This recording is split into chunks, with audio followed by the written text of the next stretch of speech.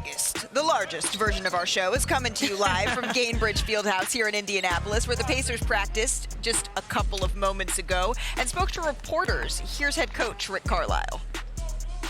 Everything that's already happened doesn't matter other than the score of the series. And so we're going to move forward. There's a lot of things we have to do better. We realize that. I think we've lost, at least by the scoreboard, 6 out of 8 or 7 out of 8 quarters. And so we're playing a great team. And so we've got to make I'm and we got to play better. We saw you limping pretty good after game 2, and just a couple minutes ago, Rick confirmed that you were feeling some discomfort. Yeah, I'm fine. Really just a lower leg thing. I'll leave it at that. I don't think there's anything more to elaborate. I feel fine, and I'll be ready to go for game 3. Jamal Collier is covering the Indiana Pacers for us. Jamal, when I saw Tyrese this morning, he looked okay. He didn't look to have a limp, but what more can you tell us? Well, Malika, he was a full participant at practice this afternoon for the Pacers, and you heard him downplay it there again. He expects to play in game 3, and we saw the last about 30 minutes of Pacers practice. Haliburton was out on the court. He was moving around, looked to be pretty well to my eye. He did have some tape above that ankle, but again, it's the time of year where everybody is sort of dealing with some sort of discomfort and nagging injuries when you play this late into a season. He feels like he's good to go, and his focus to you, Malika, I know, and again earlier today was knows he's got to be better in game 3 after those first 2 games in Oklahoma City. You know, the Thunder have put a lot of pressure on him. It's something that the Pacers have seen throughout this run. The Knicks, the Cavs, teams that really sort of face guard Tyrese and try to get him out of the game. Don't let him, sort of get his teammates involved and rack up those assists. And the difference that he said with this Thunder team is just the variety of defenders that they have, the way that they change up their looks and sort of give you random defenses that he has to prepare for. This is the time where he looks to film. He says having 2 games on film to be able to study and figure out advantages against this Thunder team is going to be helpful for him going forward. Yeah, he told me that this is the best defense that he has faced in his entire career, and he's running into them in the NBA Finals. But I'm glad to hear that he was a full participant in practice today. Jamal, thank you so very much. We're going to keep an eye, though, on that leg. The Pacers are going to be looking to pull another upset in Game 3. The Thunder installed as 5.5-point favorites. Really? Even though the Indiana Pacers are at home. All right. That's according to ESPN Bet Sportsbook. And if that stands, it would be tied for the second largest road spread in a finals game since '91, the largest since the Warriors at Cleveland in 2017. So Tyrese Haliburton is turning to the film. I'm turning to Tim Legler. What do the Pacers need to do in this Game 3 to take a 2-1 series lead? I think it just starts in the first 6 minutes of the game with the pace and tempo and playing with that swagger and confidence and getting the game to their liking offensively. And it really is considerable how far they've been below what we've seen them at their best, not only in the regular season, but even throughout the postseason. I do think one of their 2 stars, if not both, but one of those guys is going to have to, quote, go off in Game 3. And I think Siakam probably more likely, because I do think he's got more favorable matchups that he can win.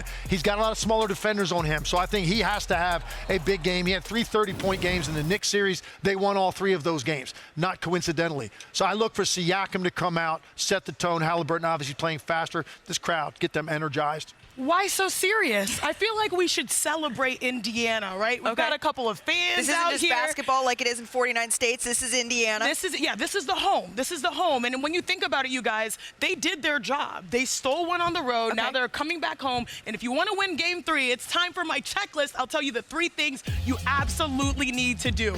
First and foremost, let's play the name game. You're called the Pacers for a reason. You have to start fast. You have to start electric. And it starts, honestly, with your point guard, Tyrese Haliburton, who has the ball. Look at these numbers right here, 19.2 seconds. Wow. That's their longest ever average possession length. Typically, it's 4 seconds below. No, you have to get downhill. You have to get in transition. So 1, remember you're called the Pacers for a reason.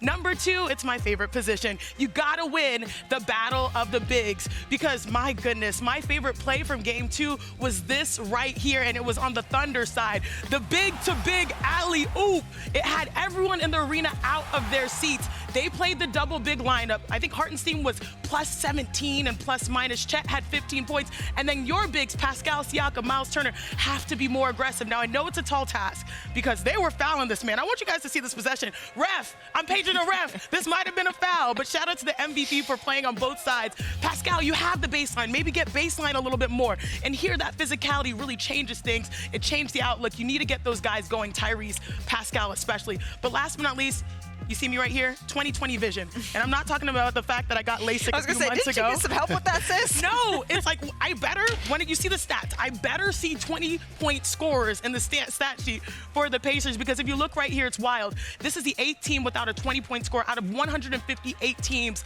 that have played through games 1 and games 2 in the finals. Someone's got to get buckets, whether it's Tyrese, Naismith, Nembhard, Haliburton, Siakam, you name it, Mathurin. Someone show up and get in that category, because that's what it will take to beat the number 1 defense in the NBA. Again, set the pace. You call the Pacers for a reason. Battle of the bigs in 20/20 vision. I see you guys. She made the list. Now the Pacers need to check this twice.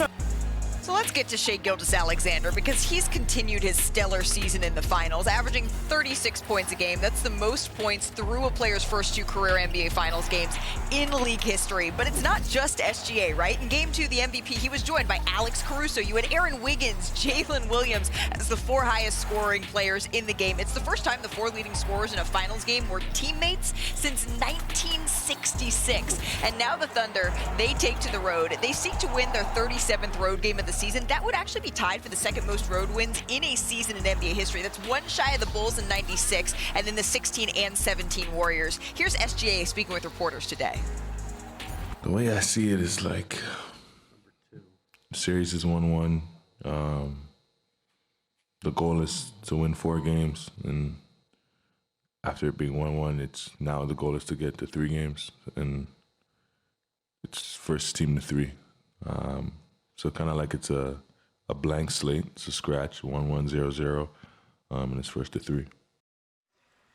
I like that mentality. It makes this Game 3 that much more exciting. As we say howdy to our reporter, Tim MacMahon, who's covering the Oklahoma City Thunder for us. I love when NBA Today has multiple Tims on the show. Let's talk a little bit about Shai here, Tim, because when you're looking at Game 2, what is it that he can take from that performance in his quest, in his words, to be the first to 3?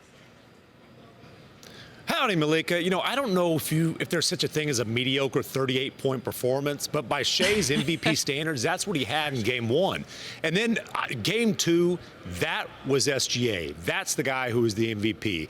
Everything was decisive. It was efficient. His passing was as brilliant as his scoring. And one thing they did in that game, they set these screens further away from the hoop on average than any other game in his career. There were 24 screens that were set 30-plus feet away from the hoop. The Thunder averaged 1.55 points per possession on those plays. That is printing money in the NBA. So, you know, Shai says he tries to be ready for everything, doesn't necessarily try to predict what the other team's going to do, just read and react. You got to imagine the Pacers are going to try to find some kind of different answers, because SGA and the Thunder just picked them apart with that high pick and roll in Game 2. Yeah, we're going to be watching to see if that's an adjustment that they make. Hey, Tim, before we let you go, we saw you got some cowboy hats before you left Oklahoma City. I'm a little salty that we didn't get invited to the party, but you said that you were the best looking of the 3. We couldn't get one that fit Perk? Man, Perk. You're the best looking of the 3, Tim? Listen, of the 4 when you include Bond Temps, but that's like being the toughest guy in the choir with that crowd. That's not a very impressive statement. Well, you know what? We may need to have you bring on some of those hats to set. We really appreciate the time. Let's go from one Tim to another. It's my favorite thing to do as we dive in with the one and only Tim Legler. A little Legler's lab on SGA, because he's been incredible. How's he getting it done? Well, to Tim's point, let's talk about these high ball screens and what the issue has been for Indiana. Containment at the point of attack has been basically non-existent. And there's a few things that they can do to adjust. Again, none of this stuff's easy, but I think it starts with this. You can't square him up defensively. you've got to establish what side you want to force him to, because that's where your help is going to be. When you give him a choice of either direction, he's going to destroy you. Also, I think if the screen's this far out, maybe go under, meet him on the other side. If you are going to switch it, keep him going in that direction. Force him to that strong side corner where the rotations are more obvious. Instead, nobody really knows when to step up when he goes to the middle of the floor. And if you're going to give him that shot, a steady diet of it, he might break the single-game playoff scoring record if you allow him to do that. Second thing, you have to make sure you communicate what side your help is coming up on. Right here, clearly, the help is coming to Shai's left hand. You can't let him then go right, because now he's put two defenders in his rearview mirror. And then the last component, you saw this coming for 20 feet if you're Neesmith. You've got to meet him outside the restricted area and force that to be a kick out to Lou Dort and make them make some three-point shots with guys running at them. I just think it's been, as crazy as it sounds, it's been kind of easy for Shai at the point of attack, getting where he wants to on the floor. I think Indiana's got to do something to try to affect that. I don't think that's crazy. I don't think he makes it look easy. Well, and 38 points is, as other Tim said in game one here, it seems like the difference in game two was the efficiency, right? Yeah. And the fact that he got some help, particularly from Chet Holmgren. You know what's crazy? You have to deal with SGA on one side, and then you go inside and you have to deal with Chet Holmgren as well. And to me, they lost game one because they went small ball. They won game two because they leaned on their bigs, and Chet bounced back in the biggest way. He had 15 points, I think 11 in the first half. And what I love is it's on both ends. You see the swat right there. He has guarded the most possessions and field goals in this finals, holding his opponents to 40% shooting, which is tremendous, but it's his literal shooting that is the separator. We all loved when he came into the league, rivaling, Wemby, all of the abilities that he has, the tremendous upside. People forget, is he 22 years old? Like 23, around there? He's growing in real time, literally, but also I do think he has to make his will, impose his will like he did in game two. But we have seen the others, if you will, for the Oklahoma City struggle, for the Thunder struggle when they go on the road here, Tim, and I'm wondering if that is going to kind of rear its ugly head again. Well, I think so, and I think to counter that, you're going to have to see somebody from Indiana's roster kind of go off, right? Whether that's one of their stars, which I think they're obviously going to need one of those guys to do that, but if it's not them, then maybe it's a Miles Turner, make 5 threes in a game. Maybe it's Neesmith. Maybe it's Nembhard. They have to have that X factor. If you look at their first two games offensively, yes, they had that great closing spurt to game one, and obviously the big shot by Haliburton, but nobody really has operated close to their ceiling offensively in the series through 2 games. For OKC, Shai's done it twice. You just mentioned Chet, and also they had 2 role players combined for 9 threes last game. Right. Yeah, also, when we think about players and these swings, you might see a possession where you miss a shot quickly and someone else makes a 3. We talk about 5-point swings. The Thunder have the ultimate, swing type of player in Alex Caruso. When he gives you 15-plus points, almost 20 points, and he holds your star player, you limit the defensive possessions that you have to deal with. I think those are the X factors coming off the bench as well. It feels like we haven't seen the best, certainly, from the Indiana Pacers. We've only seen like 9 minutes, really, in the fourth quarter of game one where they were really able to elevate their game.